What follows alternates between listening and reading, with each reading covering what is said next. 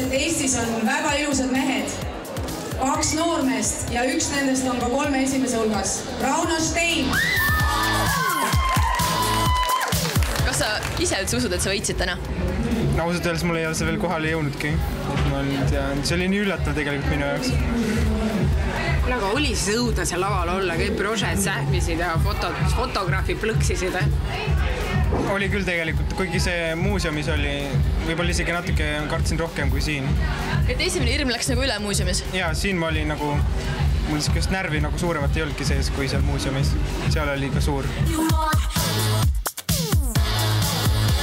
Räägi, mis sul esimene mõte oli, kui see nimi välja kuulutati? Et see pole võimalik. Kui nad rääkisid, mingi meil on siin ka poissmodelli, mis sa mõtled? Nii. Ma võtsin kohe endale pöialt, et okei, et see võiks ikkagi mina olla, aga ikkagi see oli nagu suur üllatus minu jaoks. Head televaatajad, me oleme jõudnud Paide gümnaasiumi, et saada tuttavaks meie teise võitjaga, Raunoga. Tal lõpeb kohe koolitund, nii et läheme klassi ukse taha valmis.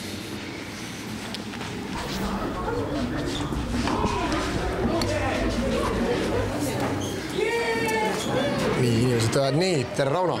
Tere! Siin on teil päris suur klass, aga kõigepealt ma tahaks sulle õnne soovida. Mina ei olegi sulle õnne soovinud. Suur aitäh! Palju õnne võidu puhul, oled üks võitjatest. Kuidas tunne oli, kui võitsid? No tunne oli, ma arvan, ikka hea. Hea tunne oli. Kas see oli selline esmakordne selline modellikonkurssi jaoks? Jah, oli küll. No praegu ma vaatan, et ukse peal on emakeel, eesti keel. Et kuidas tund läks, mis tegite? No tegelikult meil oli praegu kirjandus ja me nagu analüüsisime Isa Kurjo seda raamatut. Suht raske oli. Aga milline tund on sinu lemmiktund koolis? Ma ei tea, võib-olla ajalugu.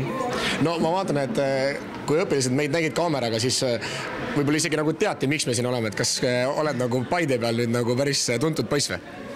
Ma ei tea, kas seda saab just niimoodi öelda, aga päris paljud inimesed teavad juba sellest küll. Okei, väga hea. No täna tahame natuke sinu tavalist päeva näha. Kuhu me nüüd edasi võiks liikuda? Ma ei tea, ma arvan koju, jah. Okei, ja me vaatame, milline näeb välja Rauno kodu.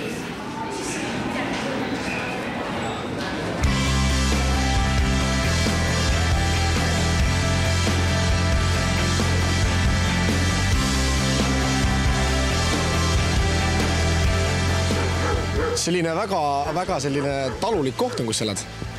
Jaa, see on Tarbiküla, Järvamaal Paides, Paide valas.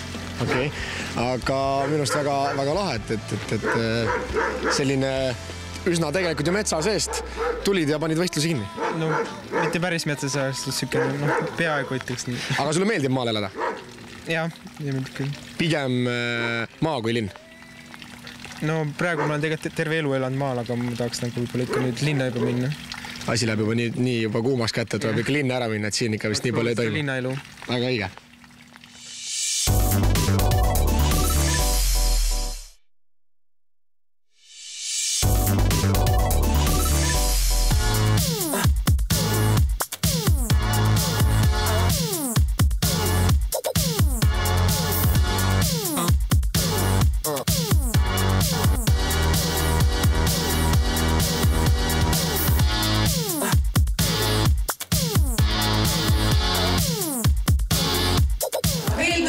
Et Eestis on väga ilusad mehed. 2 noormeest ja üks nendest on ka 3 esimese hulgas. Rauno Stein!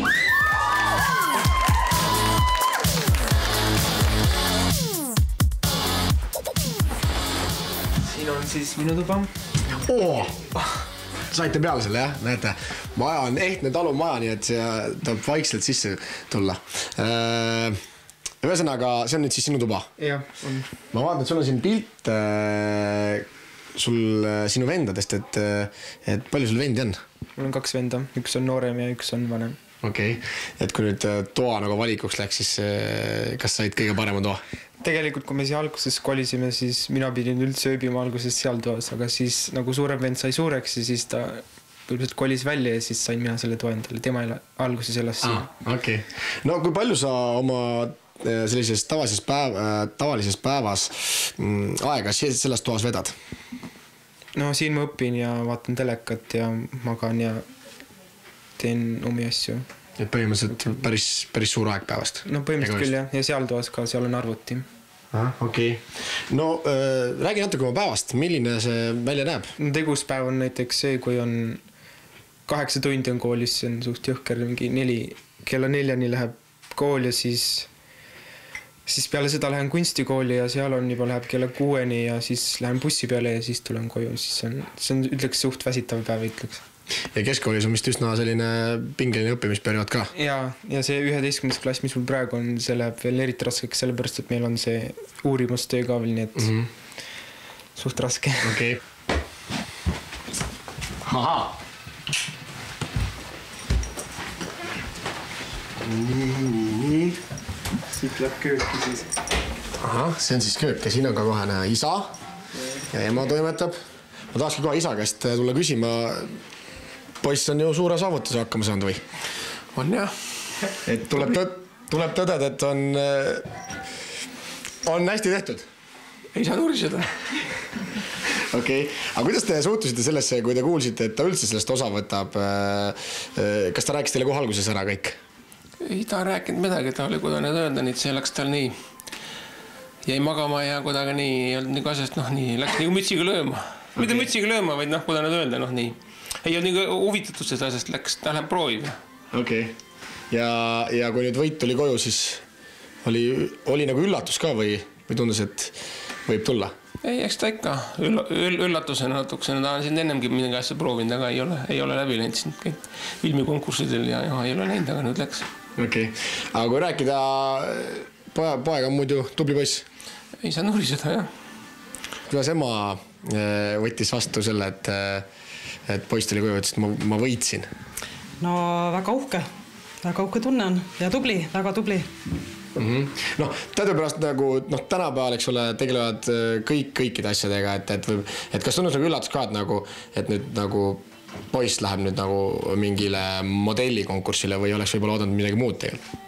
Jah, võib-olla see, et jah, sinna selle modellindusele läks, see oli küll üllatus, aga siin ta ikka ütles meile ka, et ta saatis pildid ja et näe, valiti välja ja et eks ta ikka üllatusena oli ka, jah, aga tubli.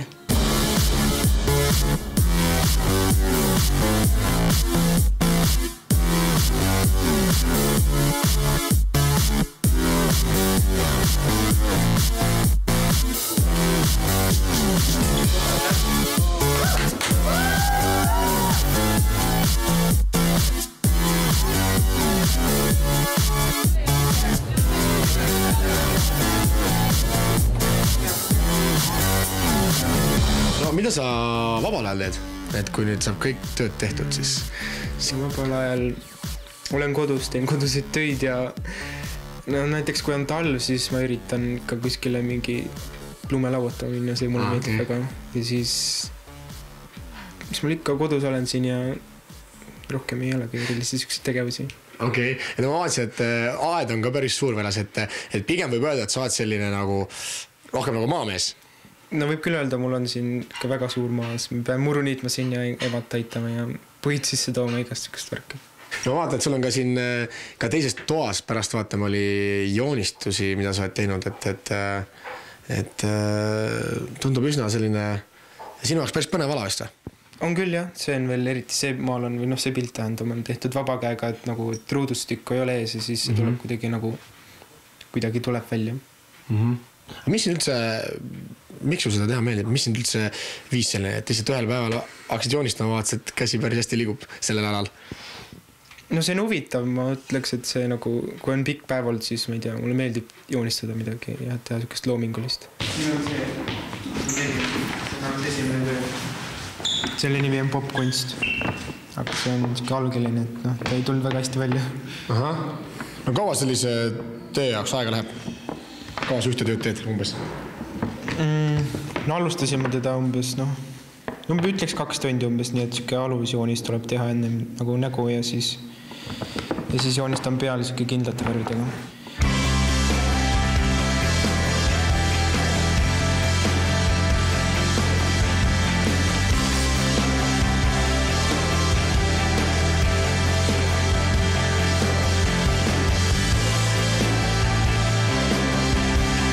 igatahes aitäh sulle, et sa näitasid meile oma sellist ühte argipäeva ja me jätame su siia nüüd edasi joonistama. Et palju jõudu sulle ja loodame, et su karjäär tuleb täpselt selline, nagu sa ise tahad. Suur aitäh!